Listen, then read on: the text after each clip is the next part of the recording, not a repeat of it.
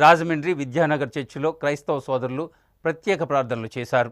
Rajahmundry Vidyanagar church of God ప్రార్థనా మందిరంలో ఆదివారం క్రీస్తు పునరుద్ధరణ పండుగను ఘనంగా నిర్వహించారు. ఈ సందర్భంగా చర్చ్ ఆఫ్ గాడ్ గౌరవ director doctor Gummadi Samuel Moses పునరుద్ధరణ పండుగ ప్రాముఖ్యతను వివరించారు. చర్చ్ ఆఫ్ గాడ్ స్త్రీల director doctor B Kamala, youth pastor B బ్రినియన్ మోజెస్ సంఘపు ఈస్టర్ కార్యక్రమాలను పర్యవేక్షించారు.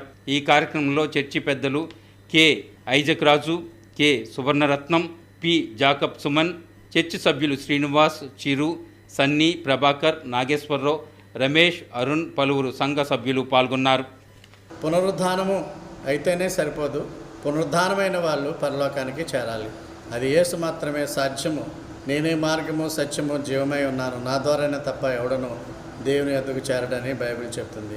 కాబట్టి పునరుద్ధానం నందు నిరీక్షణ ఉంచినటువంటి క్రైస్తవులంతా కూడా ఆయన రాకకు ఎదురు చూడాలి.